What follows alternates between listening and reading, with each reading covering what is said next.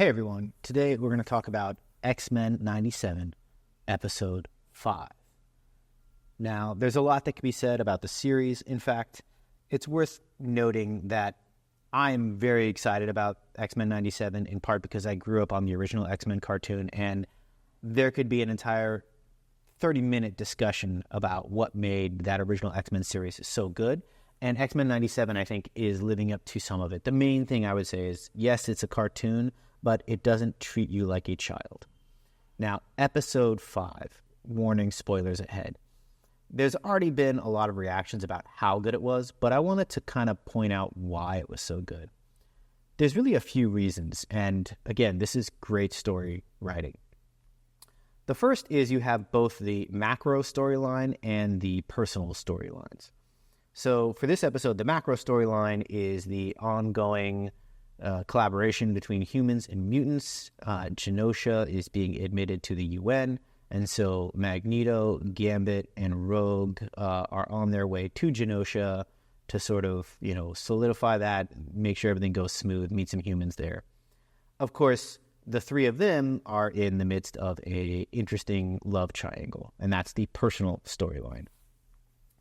The other reason why this episode does so well is because, one, great character development, again, on the personal note, right? Magneto, who we're all skeptical of, especially in the beginning, really has proven himself to be well-intentioned, maybe a little bit of a kind of pompous jerk, but well-intentioned, right? And certainly you see that through this episode and by the end of it. You also see the conflict that Rogue has in her situation with both Magneto and Gambit. Another exciting part of this is the highs and lows of this episode. Now, when you get to Genosha, it's like a party. It's a giant mutant reunion.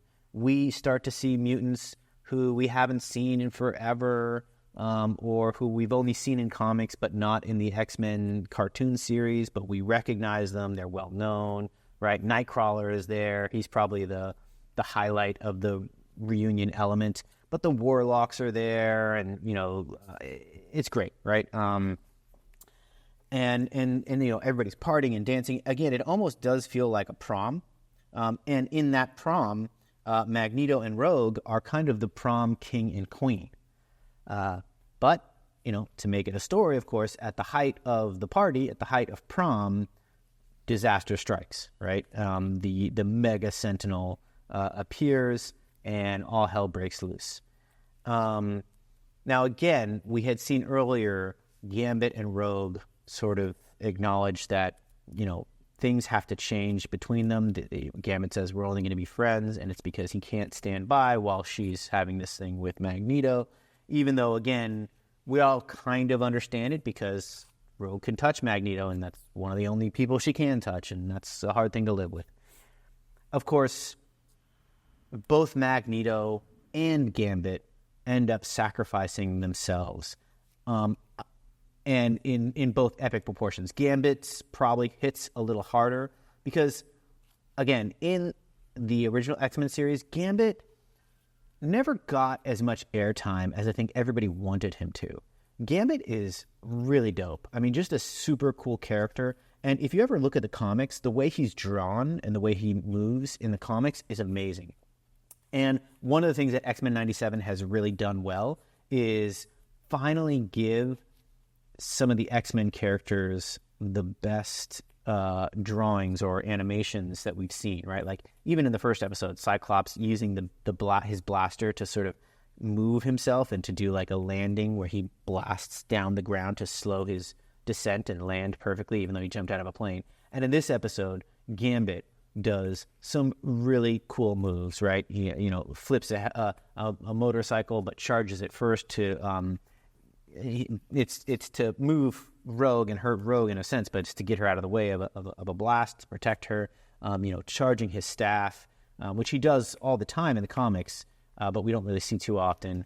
And of course, in the end, a Sentinel gets him, thinks that he has, taken out the mutant, but then Gambit has just enough energy to charge the cable that was entered into his body, and so the entire Mega Sentinel blows up, saving who knows how many people. This leading to the last moment where Rogue says, "I can't feel you." It's also worth noting that that's a similar line to what Scarlet Witch said with Vision. "I can't feel you," when Vision kind of was killed. What else made this episode great? Obviously, with the entrance of Cable for a brief moment, I'm expecting, and I think there was also an Easter egg of the Watcher kind of watching this. I am expecting some kind of time, element here to bring back both Magneto and Gambit, one or both, or maybe all of Genosha, right? Because thousands of people probably died. So it leaves just enough of actual damage done, but hope and so it drives the story forward.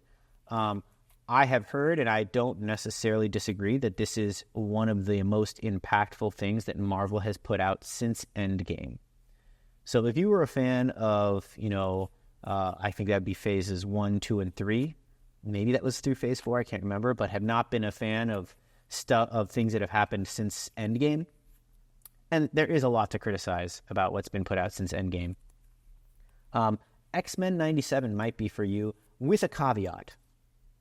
I don't know how this would land for somebody that isn't nostalgic for the X-Men as they were portrayed in the original cartoon series from the 90s. This series starts, the reason it's called X-Men 97 is because it takes place in 1997, picking up right where the TV show ended in 1996. And there's a ton of nostalgia for that show. Again, I can do a whole other episode about that. If you're not nostalgic for that show, I think this show could still work. Because it doesn't even have to be the show, right? I mean, a lot of people are familiar with the X-Men through the movies, right? And the movies were great. And you could have just seen the movies, be open to a kind of different universe in